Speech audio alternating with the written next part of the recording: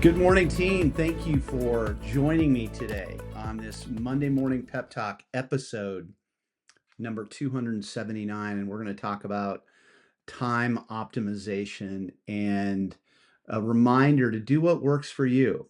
And on this 279th episode of my Monday Morning Pep Talk, I will give you permission to optimize your time in a manner that helps you maintain a level of consistency needed to be productive.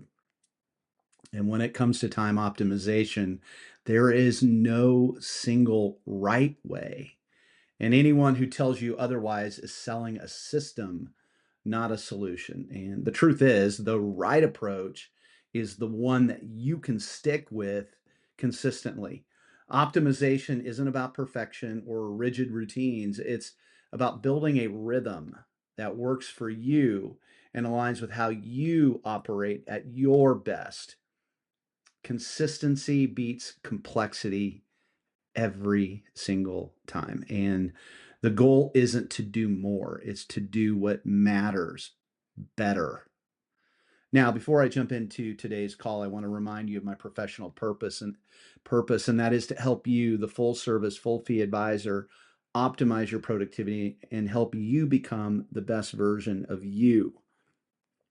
Why? Because I truly believe that happy advisors sell more real estate. And I do that by teaching you how to handle the challenges and opportunities you face every single day.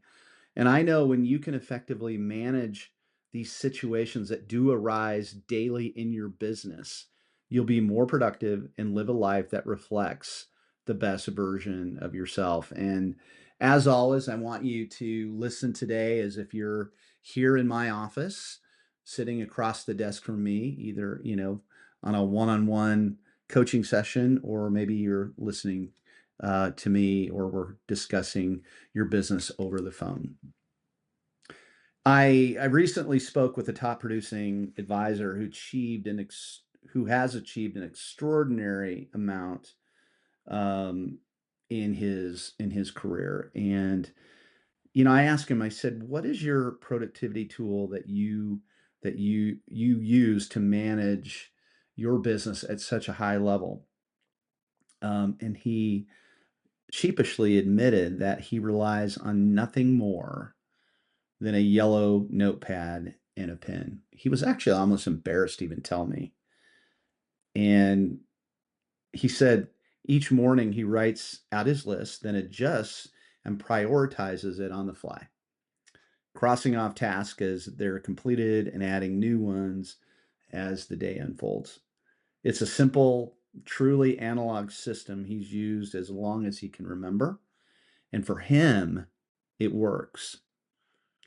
Variations of this method have worked for many of you for decades.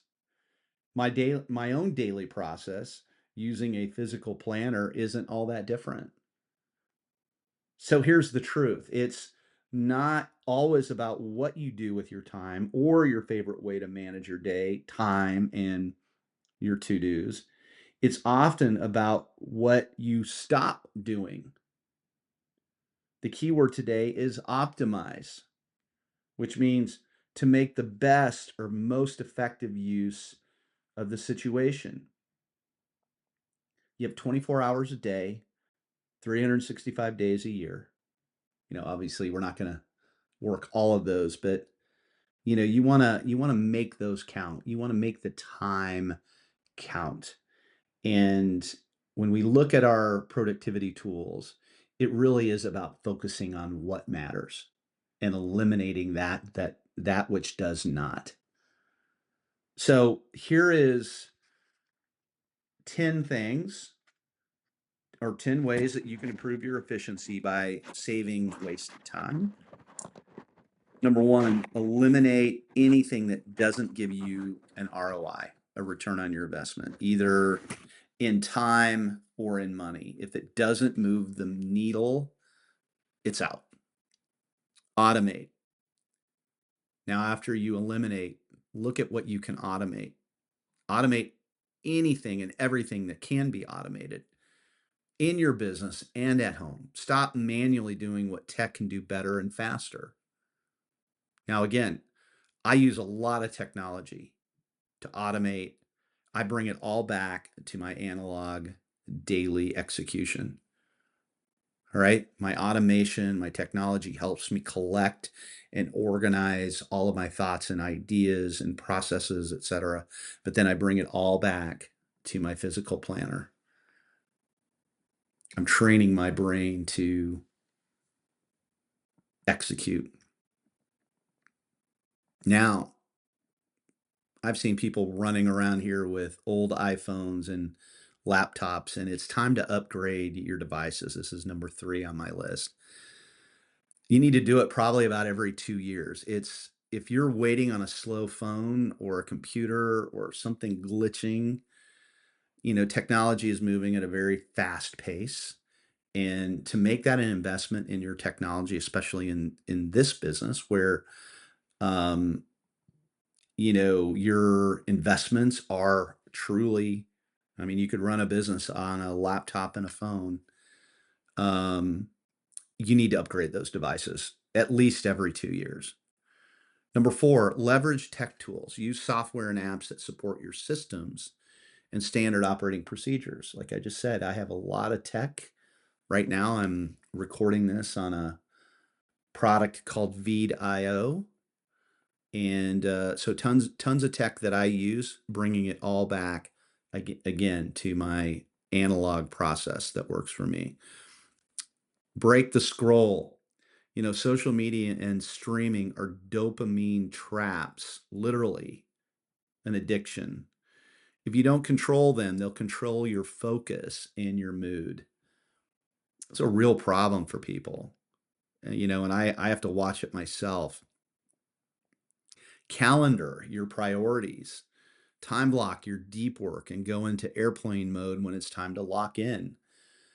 I was talking to somebody the other day, and when you look at time blocking, it's really hard to do it, especially during Q1 and Q2 during harvest season. A little easier in Q3 and Q4, but that time blocking needs to be outside of the arena times. Those days, those times during the day that you are focused on executing the business. But I will tell you, calendar that time in when you can. Look at the seasonality of your business and work on big projects when you have the time. Number 7, become AI literate. Learn how to use AI tools and prompts to eliminate waste and increase leverage. Team, over the last 12 months, I cannot tell you how important this has been to my business. And, everything from content creation to, uh, putting an idea as a prompt into chat and trying to get some additional thoughts. Believe it or not, I look at it as an editor, an online assistant, everything. I mean, it is something that you have to learn to use if you're not already. Um, Number 8, delegate below your profit per hour. Okay. Now we talked about elimination and automation. Now it's time to delegate. Okay. You look at what can be delegated below your hourly rate. Okay. And that is an enormous way to buy back your time. And people who have done it can't believe they haven't done it sooner. Cap your weekly hours at 50. If you go over, go back to number 8, which is delegate below your profit per hour range. Anything over 50 hours, you start to lose effectiveness, and you do it too long, too many days in a row where you are burning the midnight oil and burning the candle at both ends here. I'm telling you, you're gonna burn out, literally. So really monitor that. Overtime is a symptom of inefficiency, not hustle.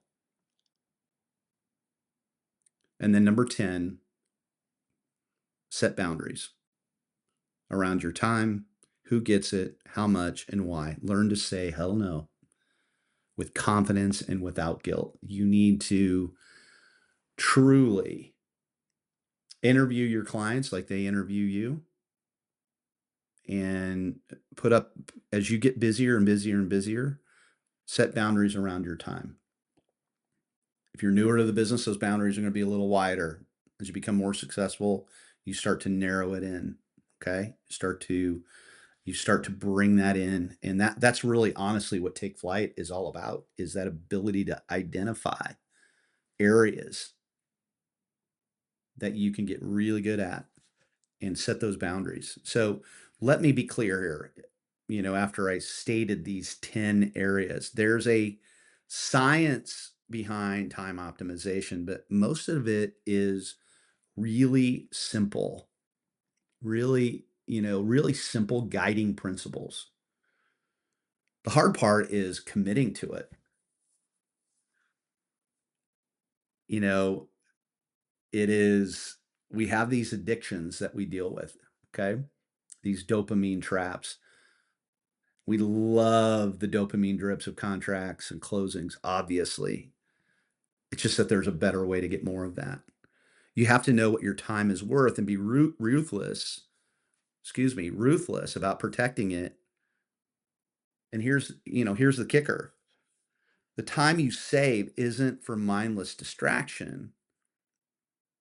It should be reinvested into two places: into yourself, physically, mentally, and spiritually, your family, your friends, and then number two, your business, through higher value activities that generate revenue and scale. You're going to have more time that you can put back into generating additional revenue.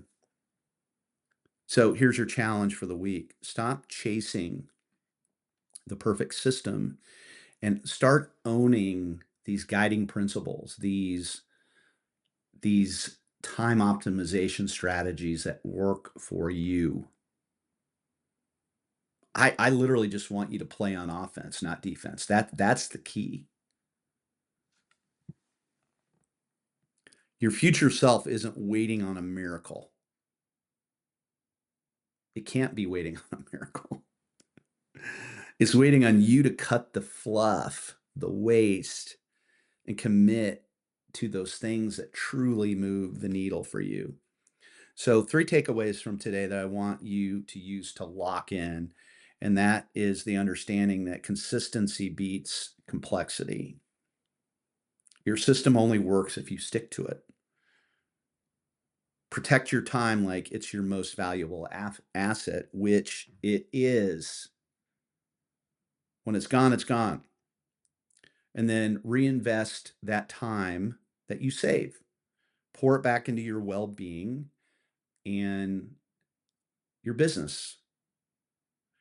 Now go build a rhythm. I want you to build a rhythm that you can be proud of, because no one else is going to do it for you. Thank you, team. If today's message resonated with you, I ask a simple favor, and that is share it with someone in your world who needs to hear it, whether it's a colleague, a friend, or your team. We rise by lifting others. That's what this Monday morning pep talk is for me, is just wanting to, help other people learn and grow. And don't forget, every episode is also sent out via email. So if you're not already subscribed, you can go on to my Instagram profile link, sign up. You'll get the link to all the content every week. I really am simply here to help.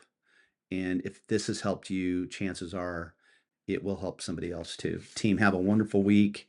I'll talk to you next week. Thank you so much.